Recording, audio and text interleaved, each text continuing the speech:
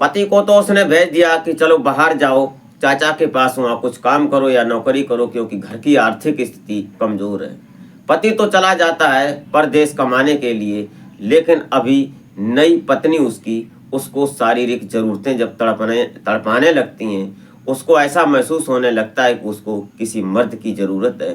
तो उसने उसके पास में ही रहने वाला उसका जो भतीजा होता है, जो उसके पति के भाई का लड़का होता है, उसको वो प्यार कर बैठती है। और वो भी जो लड़का था वो अपनी औकात से ज़्यादा उसने प्यार कर दिया, और जो उसको नहीं करना चाहिए था वो करने लगता है। एक दिन वो चला जाता है उस चाची को अपने साथ में लेकर थिएटर में, और वहाँ जाकर जब वो मूवी देखता है तो मूवी देखते देखते जब उसमें एक रोमांटिक सीन चलता है, उस रोमांटिक सीन को देखने के बाद चाची कहीं ना कहीं उतावली हो जाती है, और फिर वो उस अपने भतीजे को, जो उसका भाई का, जो उसके जेठ का लड़का होता है, उसके साथ वो अपनी मूवी चलाने लगती है। उसके प्राइवेट पार्ट पर जब वो हाथ रखती है, और फिर उस थिएटर के अंधेरे में वो सब होने लगता है जो नहीं होना चाहिए था। उसके बाद जो जो लड़का होता है, उस लड़के ने कुछ ऐसा कर दिया जो कि चर्चा का विषय बना था। कौन था वो लड़का, क्या चाची के साथ उसने किया, वो जानेंगे इस कहानी में और वीडियो के माध्यम से। तो आप इस घटना में अंत तक जरूर बने रहिएगा और घटना को बारी बारी समझने की कोशिश करते हैं, और आशा करते हैं कि आप अपनी फैमिली, अपने परिजनों के साथ बेहद खुश होंगे, मस्त होंगे। तो वीडियो में आगे बढ़ने से पहले आपसे बस वही एक छोटी सी रिक्वेस्ट कि अभी अगर आप हमारे चैनल पर नए आए हो तो हमारे चैनल को प्लीज़ सब्सक्राइब कर लें, और वीडियो अच्छी लगी तो एक लाइक ज़रूर कर दें। और हमारे इस यूट्यूब मंच पर आपका बहुत बहुत स्वागत है। मैं आभार व्यक्त करता हूँ, आपको नमन करता हूँ आपके प्यार और सपोर्ट को। तो नमस्कार, आदाब, शास्त्रीय काल। मैं अजय कोहली। आज की जो सच्ची घटना मैं आपको सुनाने जा रहा हूँ, घटना उत्तर प्रदेश की राजधानी लखनऊ, और लखनऊ से हाईवे नंबर 24 पर एक जगह पड़ती है मलिहाबाद, और मलिहाबाद से एक रोड जाता है। उस रोड पर एक गांव पड़ता है ईसापुर, लगभग 2-4 किलोमीटर की दूरी पर। ईसापुर में एक परिवार रहा करता है, जिस परिवार के मुखिया होते हैं रामेश्वर कनौजिया, और उनका एक भाई होता है जिसका नाम राकेश होता है। उसके बाद इनका एक बेटा होता है जिसका नाम प्रकाश कनौजिया होता है। अब इनकी दयनीय स्थिति अगर देखी जाए तो बदहाल थी। वो डेली मजदूरी झाड़ी करने के बाद अपने घर का पालन पोषण करते थे। इस स्थिति को देखकर जो लड़का प्रकाश होता है वो धीरे धीरे बड़ा हो चुका था। अब उसकी उम्र शादी के लायक हो चुकी थी। अब पिता रामेश्वर जो होते हैं वो सोचने लगते हैं कि कहीं इसकी शादी की व्यवस्था हो जाए, तो शादी कर दी जाए, तो घर में खाना बनाने की ज़रूरतें जो है पूरी हो जाएंगी। ये सब उन्होंने विचार बनाया। रिश्तेदारों से बात हुई तो पता चलता है कि एक लड़की उनको मिलती है कुछ दूरी पर, 10-15 किलोमीटर की दूरी पर एक लड़की जिसका नाम गीता होता है। और गीता से वहाँ जब प्रकाश को देखा जाता है, दोनों परिवारों की रजामंदी होती है। उसके बाद गीता से प्रकाश की शादी करवा दी जाती है। बड़ी खुशहाल जिंदगी चलने लगती है। लगभग 1 साल तक वो प्रकाश जो होता है अपने घर पर ही रहता है, अपनी पत्नी के साथ समय गुजारता है, और अपने गांव में रहकर जो उसका डेली मजदूरी झाड़ी जैसे भी कुछ करके अपना भरण पोषण करता है। लेकिन समय का पहिया धीरे धीरे आगे बढ़ने लगता है, और जो गीता होती है वो प्रेग्नेंट हो जाती है। उसके बाद जब उसको एक बच्ची पैदा होती है, अब वो बच्ची का खर्चा और उसका, और घर में, और जो पिता होते हैं रामेश्वर, वो भी अब बुजुर्ग थे, वो इतना काम नहीं कर पा रहे थे। तो तीनों लोगों की रजामंदी होती है और आपस में सहमति होती है। जो पिता रामेश्वर कनौजिया जो होते हैं वो प्रकाश को बताते हैं कि बेटा ऐसा करो कि तुम्हारे चाचा मुंबई में हैं तो वहाँ चले जाओ, वहाँ जाकर उनसे बोलना तो कुछ काम दिलवा देंगे, या उनके साथ कुछ काम कर लो तो पैसे आएंगे, तो घर में कुछ आर्थिक स्थिति सही होगी। उसमें रजामंदी जो उसकी पत्नी गीता होती है वो भी सहमत हो जाती है, बोलती है कि बहुत अच्छा रहेगा, क्योंकि हमारी हालत जो है दयनीय स्थिति बदहाल है। परिवार की सहमति के बाद प्रकाश ने अपने चाचा से फ़ोन किया, और वो उन्होंने कहा कि हाँ आ जाओ, यहाँ पर काम है। प्रकाश मुंबई चला जाता, और मुंबई जाने के बाद उसने के जो चाचा थे वो लॉन्ड्री का काम करते थे, कपड़ों पर इस्त्री जो प्रेस की जाती है वो काम करते थे। तो उन्होंने उसको एक स्टॉल लगवा दी, एक दुकान उसकी अलग करवा दी। एक तो उसके बाद जो प्रकाश होता है बोल चाल में और बात करने में बहुत तजुर्बेदार लड़का था, उसको बात करने का बहुत अच्छी तरह से लहजा था।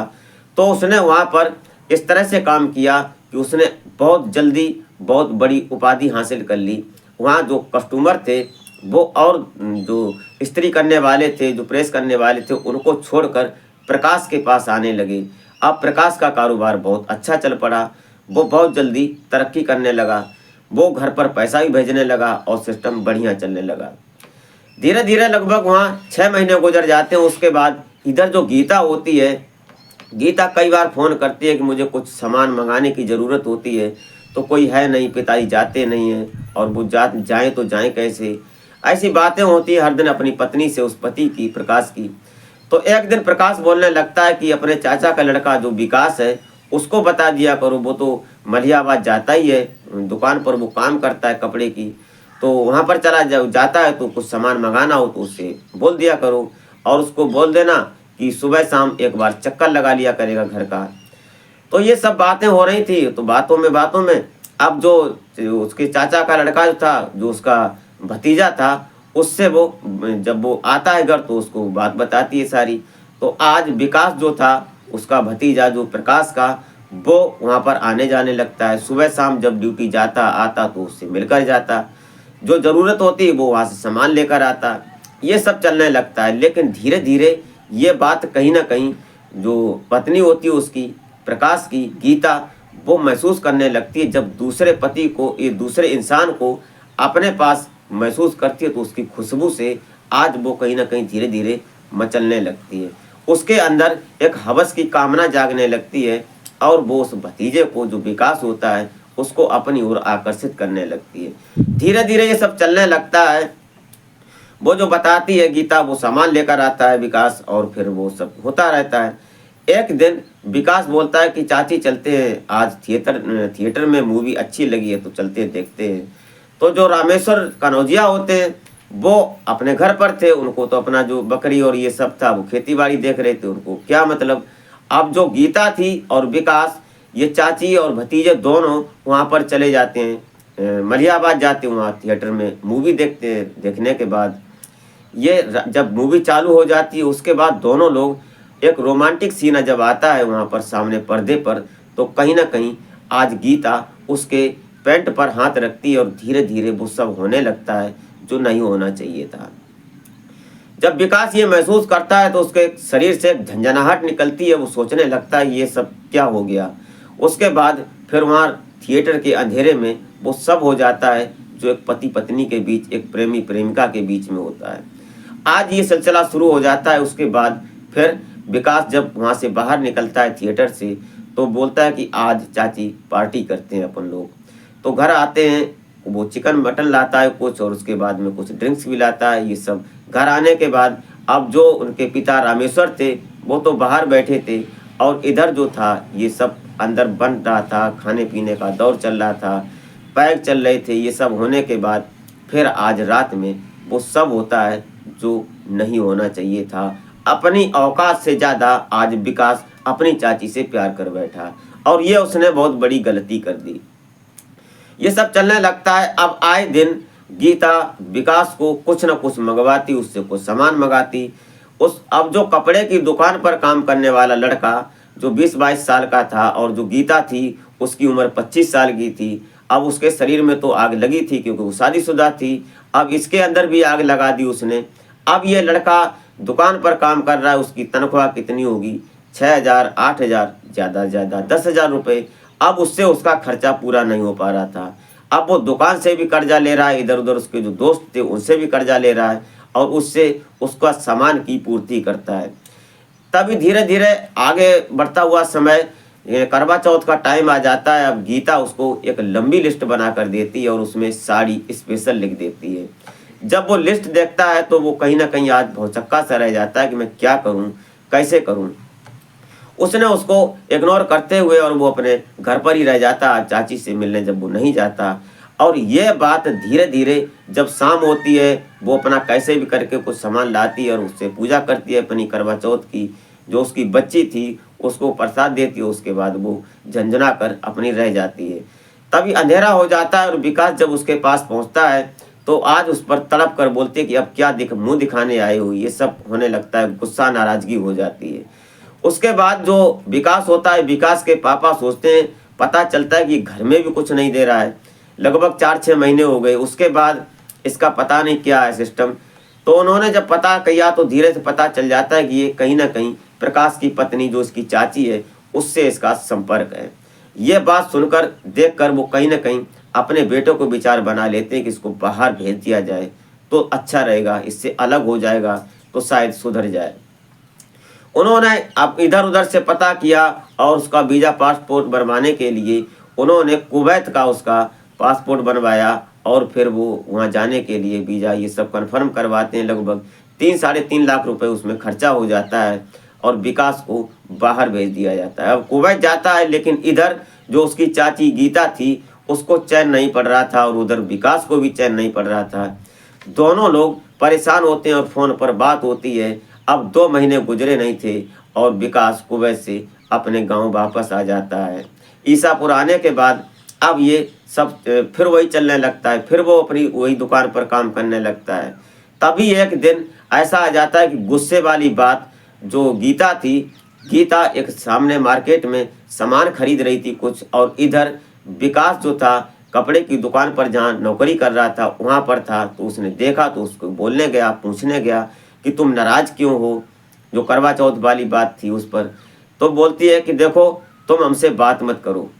तो बोलता है कि ऐसा तुमने मुझे पैसे से लूटा और हमारे शरीर से लूटा, तुमने सिर्फ अय्यारी और अय्यासी और मौज मस्ती के लिए ही मुझसे प्यार किया था, क्या यही तुम्हारा सच्चा प्यार है? ये बात सुनकर कहीं ना कहीं गीता उस पर झंझना जाती है, नाराज होती है ज़्यादा। बोलती है मैं तुम्हारी पत्नी नहीं हूँ जो तुम हमारे ऊपर इतना अधिकारपूर्ण बात कर रहे हो मार्केट में। तुम अपना काम करो, जो भी समझो, लेकिन हमसे अब बात मत करना। वो गुस्से में तमतमा कर वहाँ से चला जाता है, लेकिन आज उसने एक प्लान रच डाला, वो खौफनाक था। वो उसके बाद आता है अपने घर, अपनी ड्यूटी जाता है, अपने घर आता है, लेकिन एक दिन उसको पता चलता है कि जो उसके ससुर हैं रामेश्वर कनौजिया, वो अपने बेटे और अपने भाई से मिलने मुंबई जा रहे हैं। उसको पता लग गया और वो चले गए।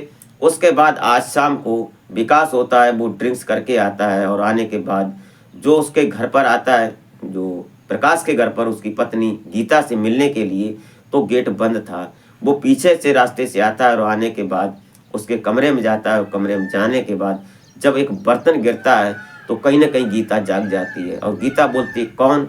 तो जब विकास को सामने देखती है तो उससे को वो उल्टा सीधा बोलने लगती, गाली गलौज करने लगती है। लेकिन आज विकास फुल मूड में था। पहले उसके साथ शारीरिक संबंध बनाता है और उसके बाद वो उसको ज़बरदस्ती, जब वो उसको ज़्यादा टॉर्चर करने लगती है, उल्टा सीधा बोलती है, तो वो वहाँ पर पड़ा हुआ एक डंडा उसके सिर में इतनी बार मारता है कि उसके सिर से ब्लड बहने लगता है और वो धराशायी हो जाती है। गीता जब ज़मीन पर गिर जाती है उसके बाद उसके पास जो बच्ची उसकी 2-3 साल की थी वो सोई थी, वो डर जाती है, वो उठकर चीखने लगती है।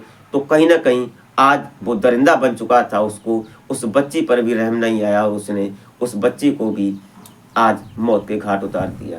उसके बाद वहाँ से निकल जाता है। तभी जब दूसरे तीसरे दिन जो रामेश्वर कनौजिया लौट कर आते हैं तो गेट खोलते हैं तो पता चलता है गेट अंदर से बंद है, गेट खुलता नहीं है। गेट खोलने के लिए कोशिश की जाती है, जब उन्होंने किसी को बुलाया और जब गेट खोला तो अंदर का मंजर जब देखा तो ब्लड से लहूलुहान घर में, कमरे में, वो डर जाते, चीख जाते हैं। तभी पुलिस को इन्फॉर्म किया जाता है।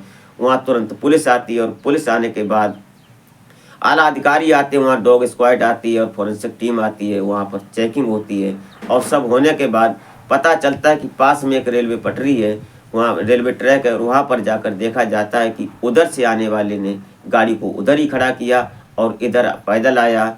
ये सब डॉग स्क्वाड से पता चलता। उसके बाद में उसकी कॉल डिटेल्स निकाली जाती है। जब CDR में पता चलता है कि विकास और गीता का लगभग 1 साल से संपर्क था, क्योंकि उसका पति मुंबई में रहकर लॉन्ड्री का काम करता था, उसको पैसे की ललक थी, इसलिए वो त्योहारों पर आता था सिर्फ, और 1-2 दिन के लिए आता था क्योंकि उसके कस्टमर न छूट जाएं, इसलिए वो ज़्यादा रुकता नहीं था और अपनी पत्नी को समय नहीं दे पाता था, और कारण यही बना कि उसकी पत्नी को उसके भतीजे विकास ने आज मौत के घाट उतार दिया।